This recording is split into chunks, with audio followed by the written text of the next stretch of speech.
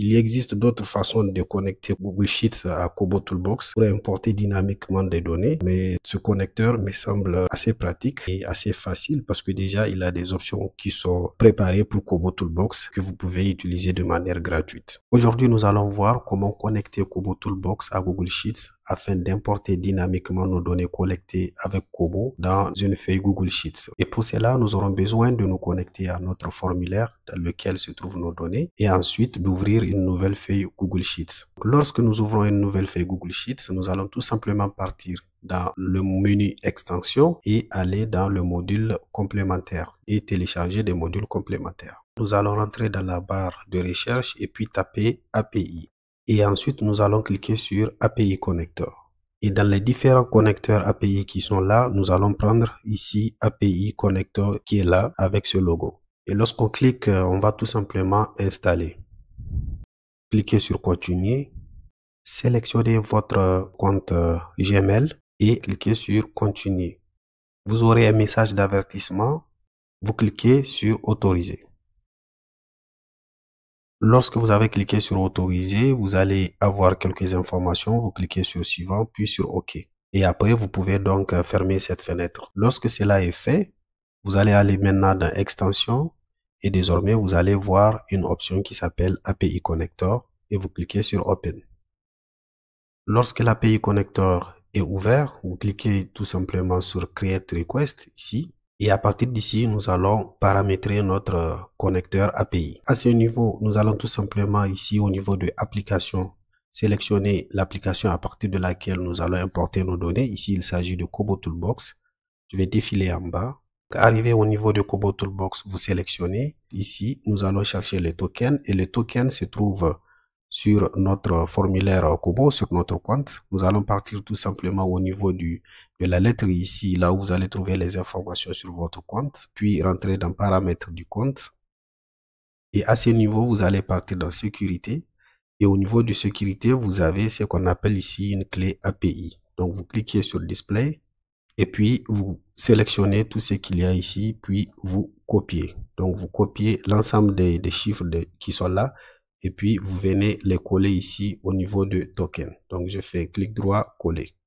Ensuite, ici, on a déjà sélectionné le endpoint, on a déjà sélectionné data.json.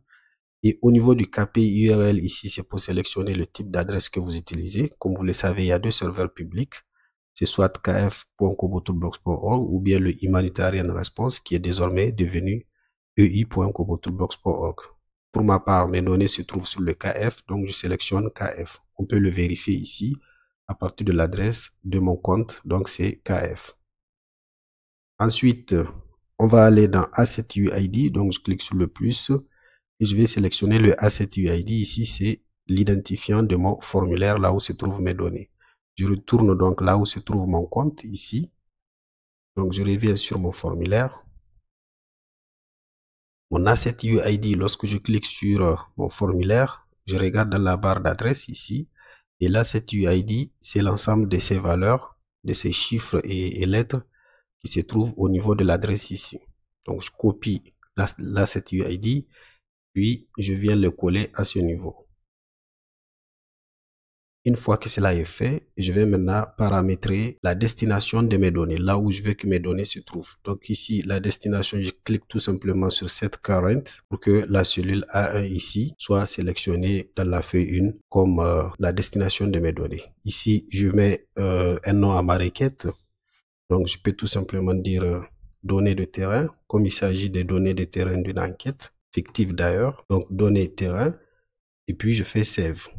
Donc, avant de faire run, avant d'exécuter ma requête, il y a une dernière manipulation. Je vais tout simplement retourner ici au niveau de mon compte. Je clique sur Paramètres, Partage, et puis je sélectionne ici pour rendre mes données publiques. Cela ne voulait pas dire que mes données seront accessibles par tout le monde, mais cela veut dire que j'autorise à Kobo de partager mes données via des requêtes. Donc, je reviens ici au niveau de mon connecteur et puis je fais Run. Et désormais, mes données sont automatiquement importées dans Google Sheets et on peut le voir. Donc, toutes mes données sont là.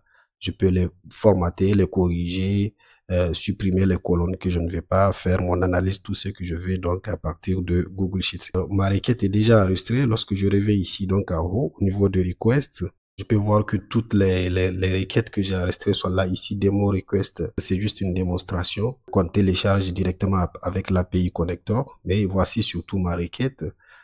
Donc, si demain je voulais revenir modifier la requête, faire des mises à jour, ainsi de suite, elle est déjà là, elle est enregistrée et mes données sont là, importées directement dans Google Sheets.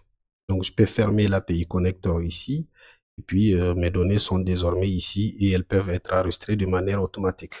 Donc, lorsqu'il y a de nouvelles entrées, comment faire l'actualisation? Il suffit tout simplement d'aller dans extensions et puis d'aller dans API connector et puis de faire refresh all. Et si je vais aussi tout simplement gérer les connexions, je clique sur Manage Connection. Et lorsque l'API connecteur va s'ouvrir, je peux donc aller au niveau des requêtes et puis aller au niveau de ma requête ici et puis je fais Run. Donc je peux actualiser ma requête et ajouter les nouvelles données qui ont été collectées en temps. Donc ici, il n'y a pas de nouvelles données. Donc il a montré que la requête a été exécutée correctement, mais comme il n'y a pas de nouvelles données, ce sont les mêmes données qui sont là. Donc voilà comment vous allez pouvoir importer dynamiquement vos données collectées avec Kobo Toolbox dans Google Sheets sans avoir à faire des téléchargements répétitifs. Et cet API connector est gratuit. Mais il y a des fonctions, par exemple des fonctions de mise à jour automatique qui sont payantes. Lorsque vous voulez par exemple les mises à jour ou l'actualisation se fasse de manière automatique, là vous allez devoir payer. Mais pour juste connecter dynamiquement et faire vos mises à jour de manière manuelle, là l'API connecteur ici vous suffit largement, la version gratuite donc vous suffit largement et vous pouvez l'utiliser tranquillement.